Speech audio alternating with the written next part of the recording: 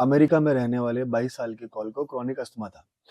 Chronic asthma में एक inhaler लेना पड़ता है जिससे कि अस्थमा अटैक को रोका जाता है।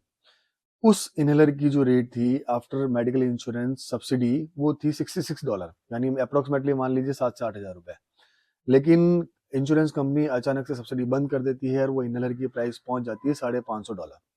$550 मतलब 50 से 60,000 रुपए उसकी कॉस्ट पहुंच जाती है। अब कॉल एक स्टूडेंट था 22 साल का यंग लड़का, उसके पास दो ऑप्शन थे कि या तो वो इनहेलर परचेस करे या फिर अपने घर का रेंट दे। और कॉल एक टफ डिसीजन लेता है और वो अपने घर के रेंट को चूज करता है। 5 दिन बाद कॉल को एक सीवियर अस्थमा अटैक आता है और वो बेहोश हो जाता है। जब उसके घर वाले उसको हॉस्पिटल लेके जाते हैं और कुछ दिन आईसीयू में रहने के बाद उसकी मौत हो जाती है। घर वाले इंश्योरेंस कंपनी के ऊपर केस करते हैं कि उनकी वजह से उनके बेटे की जान चली गई, क्योंकि कोई भी नोटिस नहीं दिया गया। 1 महीने पहले प्रायर नोटिस देकर आप मेडिकल इंश्योरेंस में आप दवाइयों को उस ग्रुप से हटा सकते हैं और निकाल सकते हैं या रख सकते हैं। ये कंडीशन है अमेरिका जैसे कंट्री की, जहाँ पर मेडिकल फैसिलिटीज इतनी महंगी है कि एक यंग बच्चे को ये चूज करना पड़ा कि उसे अपना रेंट पे करना है या इनहेलर परचेस करना है।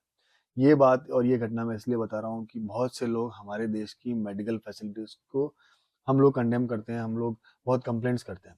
लेकिन भारत में जो दवाइयों की कीमत है, भारत में जो मेडिकल फैसिलिटीज अवेलेबल है, जिस तरह की गवर्नमेंट्स की योजनाएं हैं, वो किसी एक डेवलप्ड कंट्री से भी बहुत अच्छी है।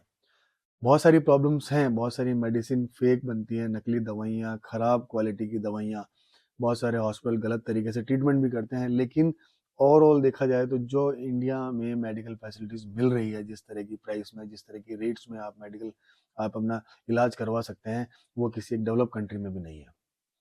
22 साल के कॉल की घटना ये दिखाती है कि किस तरह से पैसा कमाने के लिए डेवलप्ड कंट्री में लोगों की जान से खेला जाता है।